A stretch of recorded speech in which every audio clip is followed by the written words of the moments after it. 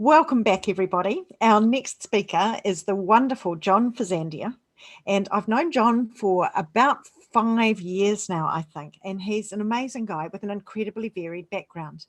He has been a teacher, he's been a priest, he's worked in Tonga, so speaks Tongan. He has been heavily involved in psychodrama and has worked with people in the drug and alcohol rehab space. He is a serial entrepreneur. He is the founder of the Tough program, which is Thriving Under Fire, helping people to be able to deal with and handle their difficult emotions. And he's also co-founded with the wonderful Ahmed Bari, an organisation called WASDA New Zealand, working in Bangladesh, Nepal, Sri Lanka, Malaysia, all of these other sorts of countries, with people ranging from teenagers right through to CEOs in various companies. So it is fantastic to have you here today, John. Thank you, Cathy.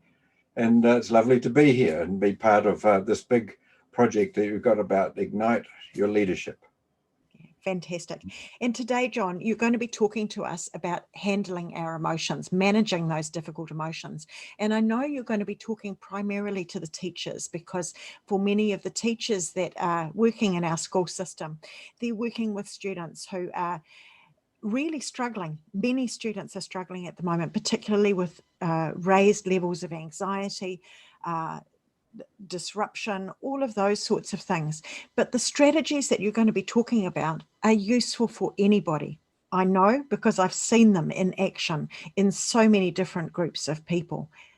So I'm really looking forward for you sharing those strategies today, and remembering that it will be in the context of the teachers, but anybody can use these strategies. So for anybody else listening as well, take them and put them into your life as well, because it will make a difference. Yep, well, that's absolutely right. It's really interesting as I run a lot of workshops, and then people come, it's often in the workplace situation, that similar to even with teachers and principals, and many of them say, can I, I'm going to use this at home. And I tell people, this is my hidden agenda for running these workshops in the workplace, because you're the same person, whether you're at work, at home, in social settings, anywhere. And the same dynamic happens between people. And the same, in a classroom setting, let alone in a one-to-one setting in family or social. Mm-hmm. And it works with people of no matter what age, doesn't it? Absolutely, it does. I mean, there are implications even for babies, in this. It's not quite the same, but it's but the emotions are tremendously important to be acknowledged for the youngest baby, just newborn baby, let alone right through life and even into very old age, and with people even with dementia. Fantastic. So today we're going to be talking about learning the skills that we need to listen to our minds and our bodies, so that we can always be at our best. Just before we start into those, John, questions that I'm asking every single person. The first question is, what do you see are the current challenges in our education system? To me, what I see, the challenges, is that emotions get acknowledged. And this would be the teacher's emotions, that when things happen in the classroom, when students react or respond, let alone when colleagues do, emotions are present. I mean, emotions, they make life delicious, but they also make life challenging and difficult. And so, to me, the biggest the biggest challenge that I see for the education system is somehow to be able to allow people to experience their emotion without these becoming destructive.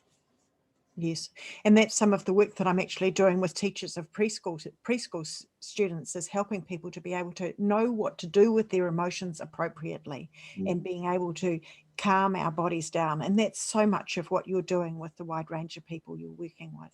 Yes, yes. Oh, fantastic. John, what do you wish you had learnt at school? Probably that it is okay. Um, I suppose that people would really acknowledge what my process was, where I was struggling, where I was coming to grips with myself, the meaning of life, let alone some ideas. A lot of these things, they were sort of implied, but I had to do a lot of work after school, um, as in in my adult life, to learn really about the emotional life.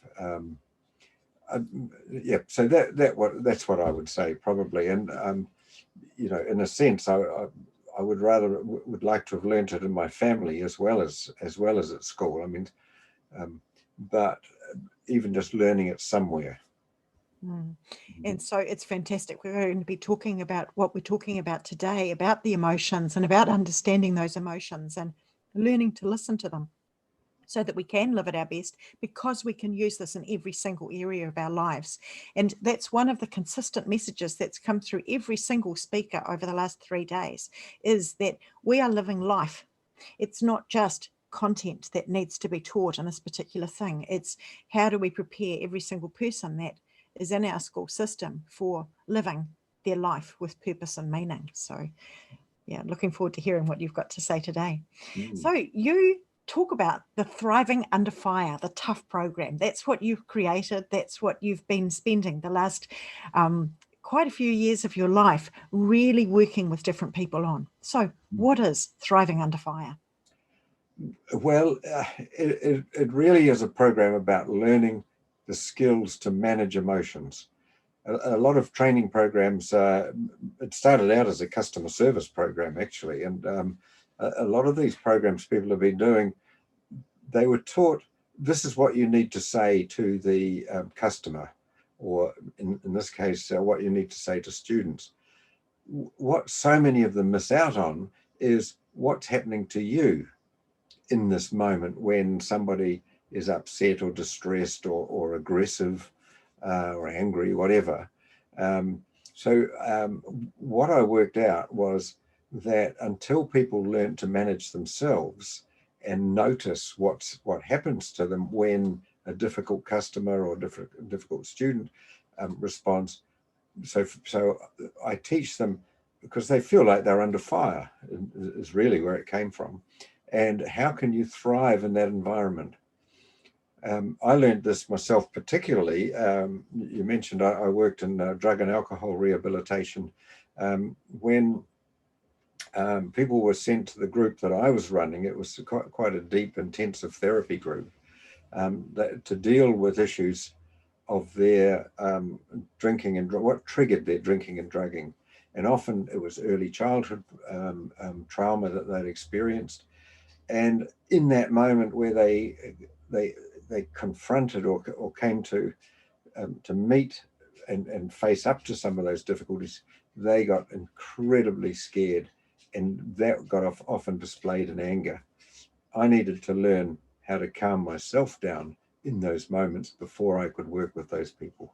So that's really where I learned this myself. And then when I finished working in that area, I wanted to teach the rest of the world how to do this. So why is managing your own emotions in this situation so important? Why is that the first step? Because it's the other person's issue, isn't it? Well, at least that's how we feel at that particular time. yes, and in fact, we can get very judgmental about the other person. They shouldn't speak to me like this. There's something wrong with them. Whatever however you phrase it, and that's because emotions are contagious. When somebody feels something, we feel it. We feel something as well in response. They're not necessarily exactly the same, but often they are. And this is really, first of all, being able to notice this. And so often we become judgmental of our own feelings. I shouldn't feel like this. If somebody is abusing me, one of the reaction might be, I want to hit this person, which is what does happen a lot in domestic violence. Whereas if I'm able to say, actually, I'm feeling intimidated, I'm feeling little, I'm feeling scared. Now, it's these emotions are the ones that people really need to start noticing in themselves without judgment, without being critical of themselves, and being much more being curious, really, and saying, how interesting, I'm feeling like this. I'm feeling I'm scared right now. I'm feeling embarrassed. I'm feeling shame, which is an even harder one to name. But whatever it is, that's the very first important step that is noticing and then taking steps to control this, which is what I teach, how you can actually manage that. So it's one thing to notice I feel this. Next thing, what can I do about it? Yeah, absolutely. So the managing the emotions, that importance of understanding what is happening and how you're feeling, the importance of managing that is that it can get out of control very, very quickly if we don't manage it, isn't it? Absolutely. You know, when emotions stay in the unconscious, when we're not mindful of them, that's when they have huge power. But once we lift the lid, if you like, or reveal them or name them, then they have much less power. There's a little saying, you know, to name your emotions is to tame them. But for many people, they don't name them and they don't go in that area. And so these emotions become even more powerful. Yeah, so that's a very important first step, is to be conscious and to own them. Because when we don't own them, the other part about that is we project them onto the other person. And so a very common phrase we say is, you make me angry, you make me sad. Well, technically nobody makes me feel anything. These are my feelings, they belong to me. And so that would be one of the first bits of language to change for a start, is to get rid of the idea that you make me feel something. No, I feel this. Now, when you do that, I feel, that's a fair enough statement, but it's more being able to say, this feeling belongs to me. And so one of the first steps of that, because many people actually don't use those languages around emotion very often during the day. And I've heard many people say that the emotions that they know are happy, sad, and angry, or certainly many 4-year-olds only know those emotions. And I've talked to adults who actually have very few more emotion words than happy, sad, angry, maybe a little frustrated, but they don't know what those other emotions feel like. So it can be really helpful to almost brainstorm a list of all of the different emotions that we can think of as a starting place, can't it? Yes, well, it's true. And I mean, brainstorm or even Google list of feelings, because in some of my resources, you know, I've got 150 feeling words that people can look at, and they look at them and say, oh, I know all of those words. It's just they don't use them. They just use happy, sad, or angry, or you know, sometimes people just sad. Angry is sort of the common one. But for many, though, anger actually is a secondary emotion. And that is, it's one that'll cover over some of the other feelings where if I revealed them, I would appear more vulnerable. So anger can often be a way of avoiding some of these other feelings that make me more vulnerable. But it's so important to actually get below the anger and be able to name some of these other things that I am feeling. Because it's really interesting working with groups as we've got this list of feelings, and then you can start thinking about, well, actually, how do they feel?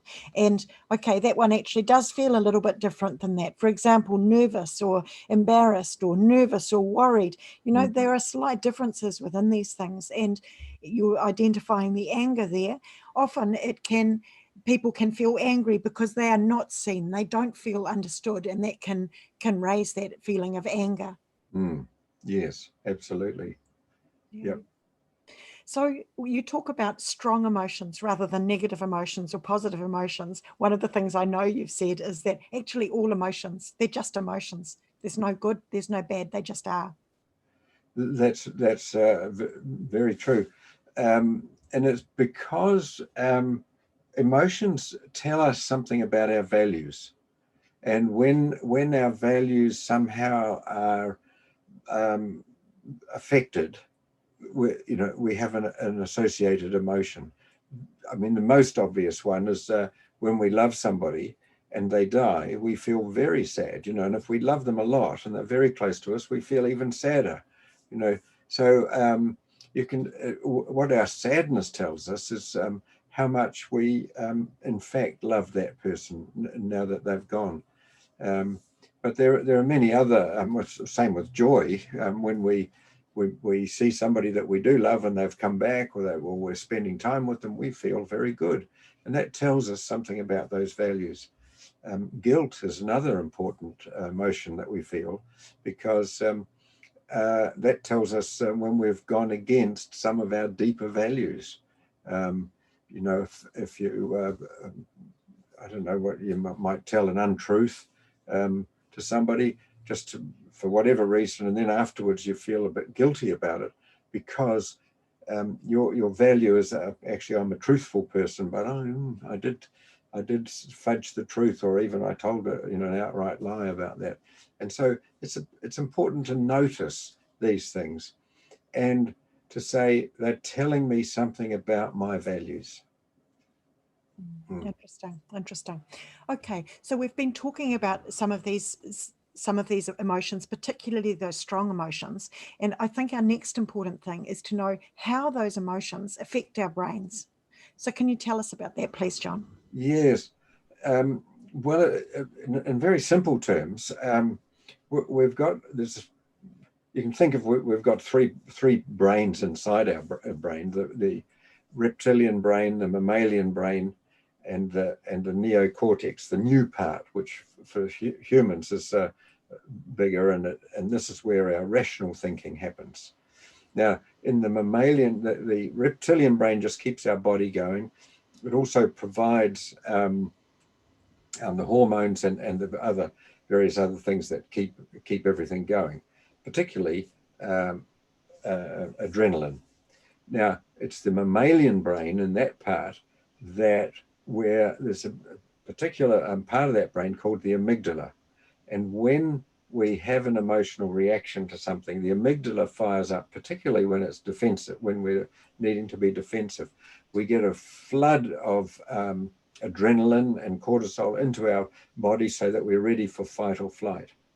Now, the amygdala, because it's about our survival, that we're not going to, well, originally our ancestors not going to get eaten by nasty wild beasts in the savannah. This part of the brain is developed to be highly alert to any kind of danger. And nowadays, even somebody just saying no to us will activate this part of the brain.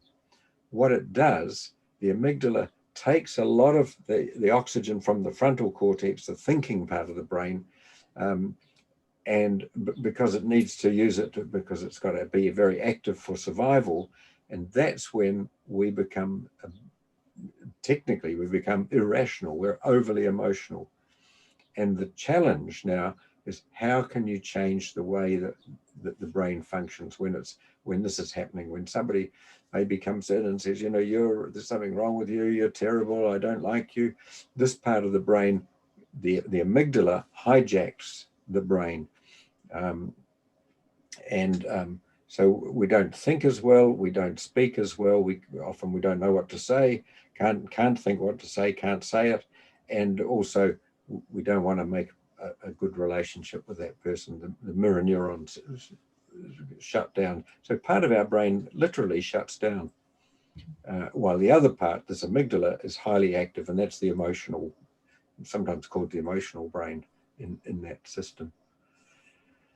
So that's what happens in the brain. And our challenge then is, how can you change the way the brain works?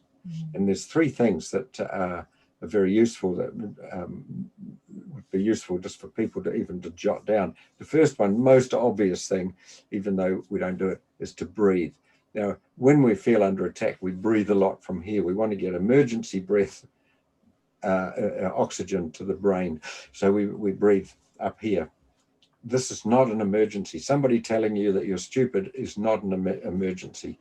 It's if they've got a shotgun or a machete or something, some kind of like that, that's an emergency. You need quick oxygen because you've got to get out of there. But for most relationships, it's not an emergency. So you don't breathe from up here, you breathe from the belly down. And when you breathe, this slows you down. It affects the vagus nerve, which helps calm you. There's a whole bunch of things that it does, but also it gets more oxygen into this neocortex, the thinking part of the brain. That's the first thing. Second thing to do is to name your feelings to yourself, usually to yourself.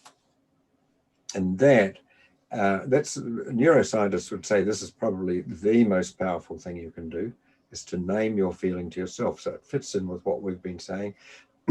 Almost doesn't matter actually whether you say sad, mad or bad, or feeling. We don't have to, at this point, we don't have to get too precise, because what it does, first of all, this is my feeling. I'm feeling like this, rather than you make me feel mad. Whereas I'm feeling really mad about this. So it takes away, it takes you away from projecting this onto somebody else, but it also activates the language center of the brain, and so it's kind of like a pump, primes the pump, and gets language going again, and that has a very strong effect. I encourage people just to try it. The next time you feel kind of worked up about something, see if you can name that. And notice, because you will notice something very definite happening, that you calm down. The third thing is actually to get that brain going again is ask yourself a complex question. And the complex question that we suggest is, I wonder what else might be happening behind that person that's getting them to act this way. Usually, even though they might be saying you have done something wrong, that's a stronger react. You can't have possibly done that much wrong for them to react so strongly. But realizing there are many things in their life that gets them upset. And what we've got right now, with a whole year of COVID-19 and people locked down and all sorts of stresses, everybody's got a lot of extra stress going on. So think of those three things: breathe, name your feelings, think of what's happening around what else is happening to the other person, will help you calm down. Yeah, so this is really useful for anybody that we're working with, isn't it? And especially with the number of people who trauma is becoming more and more and more recognized, and we're seeing in our schools the result of trauma that people have experienced. Yes, from domestic violence, or from so many different sources, if you like. Yes, absolutely. And some people need more of this than others. And partly it's related that they don't get enough in their early years. And this is why I think it's wonderful, the work you're doing, teaching teachers how to develop emotional intelligence in preschool, early childhood education. However, through life, some people do need more acknowledgement of what's their distress and so on. So anyhow, this is what we do to calm ourselves down. And probably the other part of all of this is, what can you do that would assist the other person to calm down? So once you calm yourself down, this is what is the challenge. So how can we help them calm down when they're in that? Because they're highly emotional by this stage. They can be really fired up, can't they? And so it's almost like what we say next can make them go even higher, or it can bring them down. So we have a choice right in that moment. If we've breathed and we've taken a big deep breath and we've acknowledged to ourselves that we're feeling a little overwhelmed at the moment, or a bit agitated, or whatever it is, the word that we're choosing, Yes. I wonder what's going on for that person. Absolutely. Now this is the crucial moment, and it's really it works much better when you are calmed down. So you've calmed yourself down, and then the key to this is to somehow acknowledge what they are feeling. Chris Voss, who wrote is a hostage negotiator, he calls this labeling. But you do it tentatively, but I would just say naming or acknowledging their emotion, saying something like, it seems like you are really upset at the moment. Seems like this is very important to you. Seems like you've thought a lot about this. Seems like you have been inconvenienced by what's happened. Seems like you're really worried about your marks. It seems like you're under a lot of pressure at the moment. Now, these things, simply by acknowledging them and not saying too much more, that person will feel they have been acknowledged. They feel that you get them. It's not just an intellectual exercise. It's really getting people. And you do it.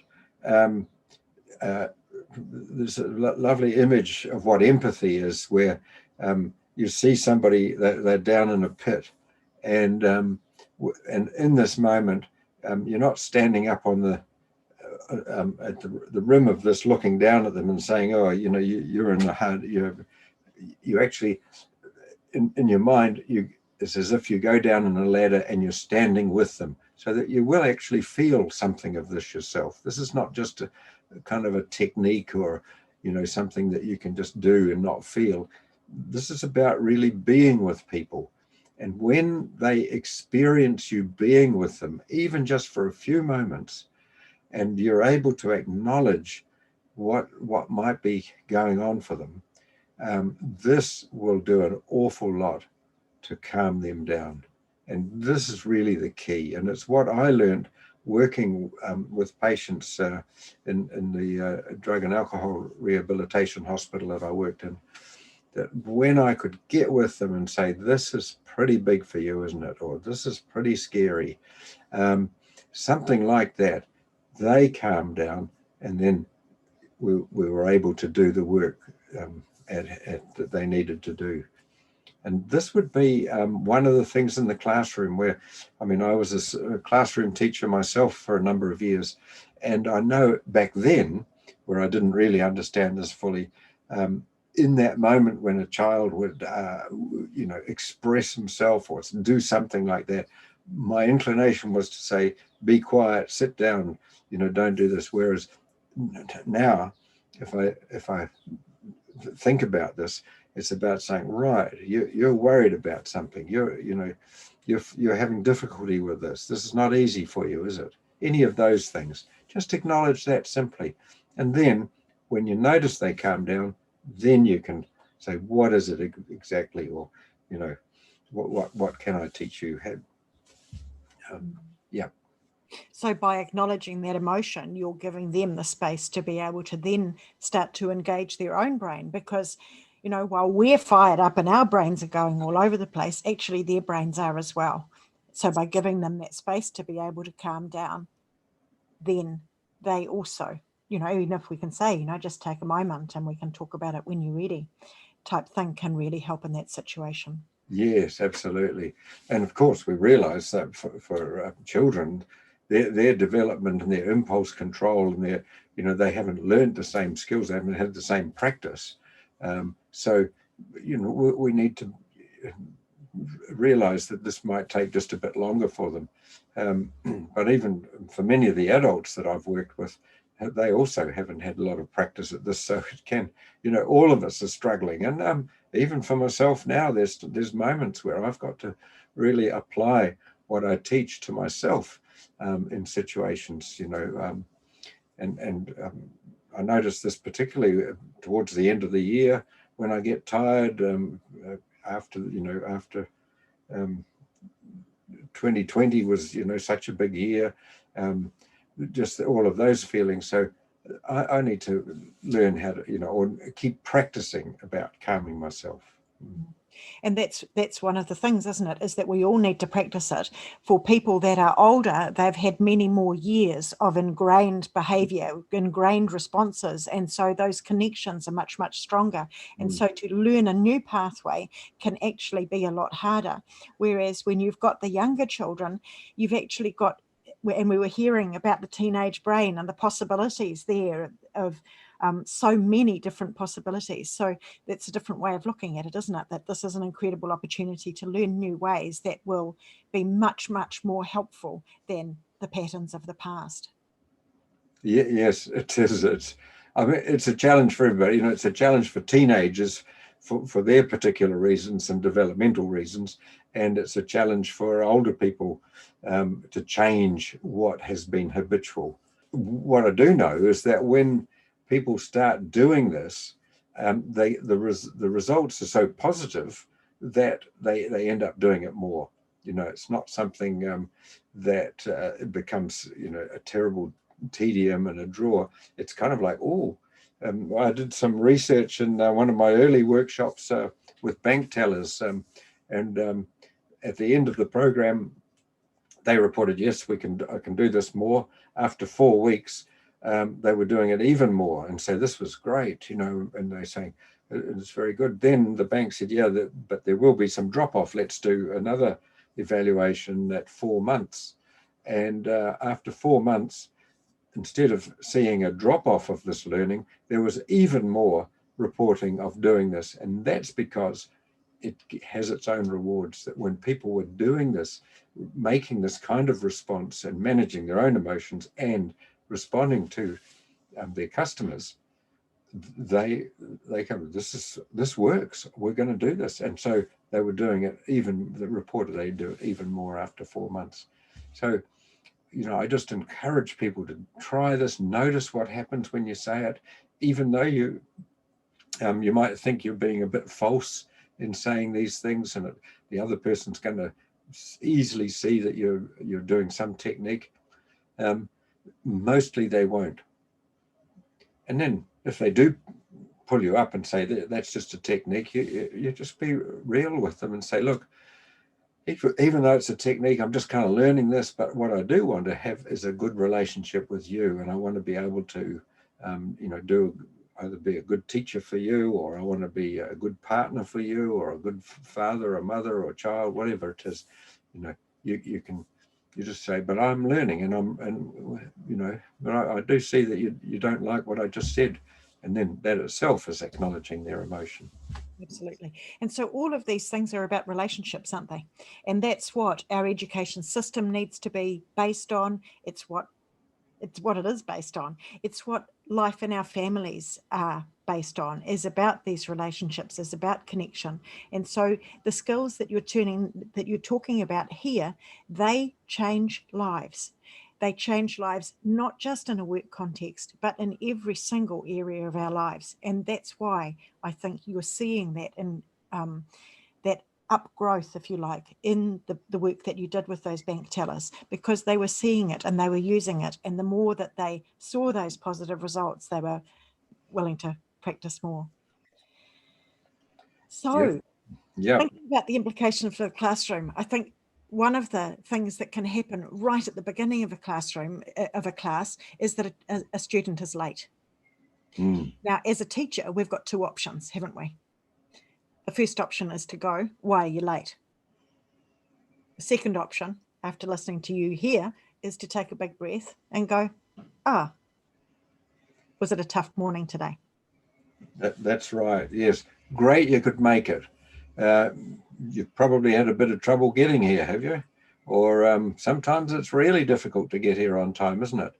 And, when you develop that kind of relationship with students and create that culture in the classroom, people will want to be there early because, it's a good place to come, and you're making that sort of a response. The other thing that I do notice also in classrooms, where children throughout the day, whether they're, you're with the same group the whole day, or whether you're in a situation, particularly in high schools, where the students move around, and but even just taking 1 minute at the beginning of the session to say, okay, let's just do a breathing exercise for 1 minute. We're going to just breathe slowly and breathe from your belly, and you will notice in the space of 1 minute or even less how the mood of the calmness comes in, where you're encouraging all the students just to breathe from the belly. Then you can get on with whether you're teaching maths or science or English or social studies or any other kind of thing. You can get on with that, but you will notice this will impact the students. Give them that minute, and it's 1 minute spent doing this will save you many minutes of all sorts of other difficulties throughout the session, the time together. So that's as well as being positive towards students and saying that, yep, it's good that you got here, and welcoming them into making, really creating a culture of welcome and acknowledgement. Then this is what I would highly recommend you do, because it will help them to calm down. You might even be able to say, and as you're breathing, name what you're feeling to yourself. That would be, oh, that's a good idea, and you can just say that, and whether they write it down on a piece of paper or just actually name it to themselves, and then you get on with the classroom, get on with your class. Yeah, because some days are harder than others, and some days we can feel calm, but what we're trying to create together is calm spaces where we can be and we can do and we can learn alongside each other, because then we can create a better world together. Yes. Yes. Thank you so much, John, for sharing your knowledge today around the TOUGH program and around how you have helped so many people have better relationships and better lives through understanding this stuff. Well, it's been a delight to chat with you today, Cathy, about this. I mean, as you can see, and because you've seen, I'm passionate about this. This is my life's work, and I want the whole world to learn this, so that we do this will lead to world peace, and it's beginning here today. Yes, absolutely. So we're talking here in New Zealand, but I also have worked with John in Bangladesh, Malaysia, Nepal, and we are seeing the benefits of this with people right from teenagers right through to people in their 60s, from putting these processes, if you like, into place. And when we go back 3 or 4 months later and ask them what's changed, the breathing has been the biggest key in this, isn't it? The breathing and the acknowledging the emotions. Yeah. So very exciting. Thank you very much, John. Okay, thank you.